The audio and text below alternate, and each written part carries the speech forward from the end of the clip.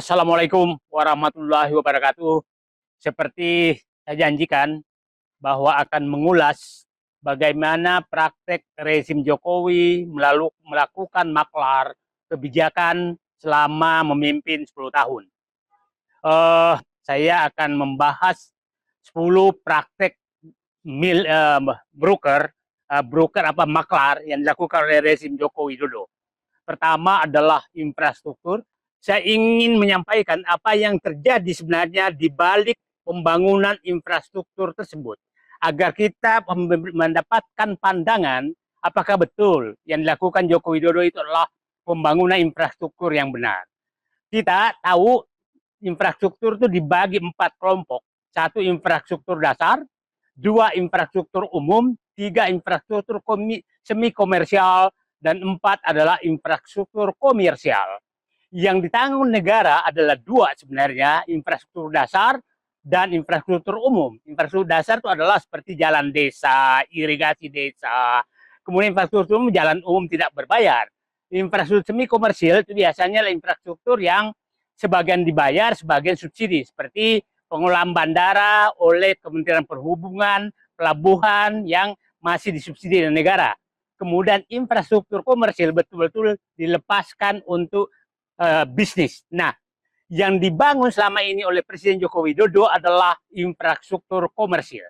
Dan saya akan membahas yang terjadi maklar yang dilakukan oleh rezim Joko Widodo.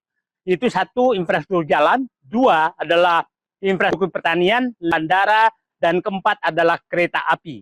Ini 4 infrastruktur yang sering dibangga-banggakan oleh Joko Widodo. Yang kelima adalah infrastruktur laut, pelabuhan. Nah, kita masuk kepada jalan. Jalan ini ada 2, ada jalan umum, ada jalan biasa. Sekarang kita masuk ke jalan umum. Jalan umum, data menunjukkan bahwa pada saat SBY 10 tahun juga, itu dana infrastruktur itu 825 triliun. Tapi membangun jalan umum itu 11.800 kilometer. Jokowi selalu membanggakan seakan-akan membangun jalan di seluruh Indonesia. Data menunjukkan bahwa dana infrastruktur selama Presiden Joko Widodo 10 tahun itu 3.300 triliun. Tapi jalan yang dibangun, jalan umum yang dibangun hanya 600 kilometer. Jadi hentikanlah kata-kata bahwa Joko Widodo itu membangun jalan umum. Tidak ada, kalau lihat anggarannya banyak sekali habis, tapi tidak membangun jalan umum. Satu lagi, bahwa Presiden Joko Widodo itu meninggalkan jalan rusak.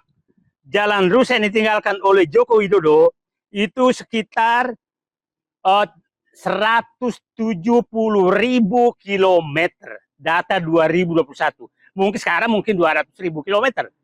200.000 kilometer jalan rusak, jalan umum yang rusak karena tidak diperbaiki. Walaupun dana infrastruktur 3.300 triliun. Nah sekarang, itu 34% dana jalan rusak. Kalau data menunjukkan bahwa untuk memperbaiki jalan yang rusak sedang sampai rusak berat, itu kira-kira butuh 3-5 miliar per kilometer. Artinya, Presiden Joko Widodo sudah meninggalkan utang tanda kutip harus memperbaiki jalan oleh Presiden sekarang itu 500 sampai 1.000 triliun rupiah. Untuk memperbaiki jalan yang tidak diperhatikan oleh Presiden Joko Widodo karena asik meresmikan jalan tol yang bukan pekerjaannya dia. Nah, itulah gambaran infrastruktur yang dibangga-banggakan oleh infrastruktur jalan yang dibangga-banggakan oleh Presiden Joko Widodo. Kesimpulannya bahwa Presiden Joko Widodo membangun jalan tol yang bukan tanggung jawabnya, yang harganya mahal sekali, tapi rakyat tidak menikmati, malah rakyat tersiksa karena biaya mahal. Yang kedua, bahwa Presiden Joko Widodo walaupun menghabiskan dana besar sekali, tapi tidak membangun infrastruktur umum. Infrastruktur jalan umum yang gratis, tapi malah meninggalkan jalan rusak. Jadi pikirkan kembali, apakah pantas Presiden Joko Widodo mendapatkan penghargaan sebagai Bapak Infrastruktur.